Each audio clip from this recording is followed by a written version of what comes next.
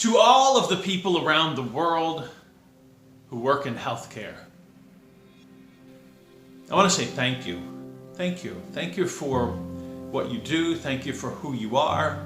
Thank you for the sacrifices that you and your family make all the time, but especially right now. Especially right now.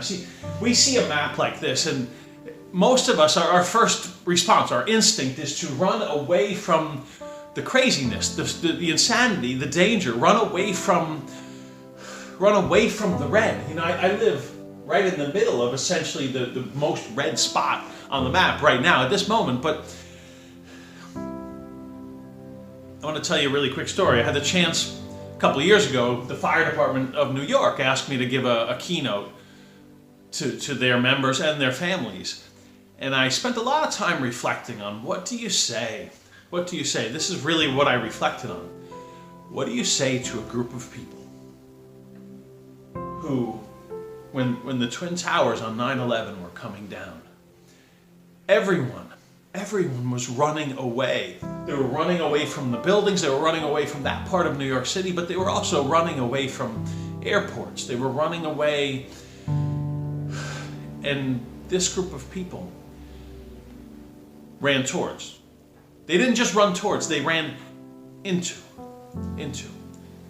Spent a lot of time thinking, what do you say to this group? And I finally decided to share a story of a day I spent in a town in Poland, Oświęcim, Auschwitz.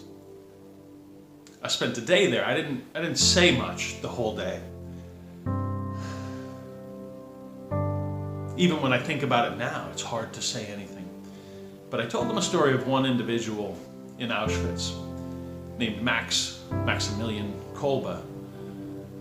He's known as the saint of Auschwitz because at one point someone escaped or disappeared from his prison block of 400 or 500 men. So they lined them all up and they started selecting one after the other 10 men who would replace the one who disappeared. 10 men who would be starved to death. But really within a day or two, they're with no water as well, their brains are dehydrating, and it's incredible pain. They select the 10 men, and Max Kolbe shuffles through the line and walks up to the front. No one moved on a day like this when they lined. No one moved because they knew that they'd pick you too. And Max Kolbe shuffles to the front and said, "Take me instead of one of these men." One of the men cried out, "I have a wife and children." And Max Kolbe said, "Take me instead. I'm old and I'm just a priest. I'm no good to you. I'm old. I'm not a good worker. In other words, take me." And he ran towards. He ran towards. And he did what the firefighters do. Run into a building when a lot of people are running out. When they don't know the people. The people don't necessarily say thank you to them. And I know that that's exactly where you are right now. You are choosing to serve in a time when you don't know. You have no idea. I'm sure there's fear. I'm sure there's uncertainty. I'm sure there's probably conversations in your family of maybe you shouldn't go. I'm sure that happens.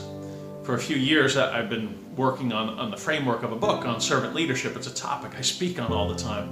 It's called They Serve, the Essence of Authentic Leadership. And to be honest, I could just write the book by interviewing people who do what you do and filling the pages with your stories. Because servant leaders, they serve when it's convenient and they serve when it's not. They serve when it's easy and they serve when it's not, when it's incredibly hard. They serve when they feel like it and they serve when they don't feel like it. When everything in their body is saying, maybe I should run away right now. Some of us are running away from this and you're running towards the people who need you most right now. And I want to say thank you. I appreciate it. My thoughts and my prayers are with you and with your families and with your friends and with those you're serving right now.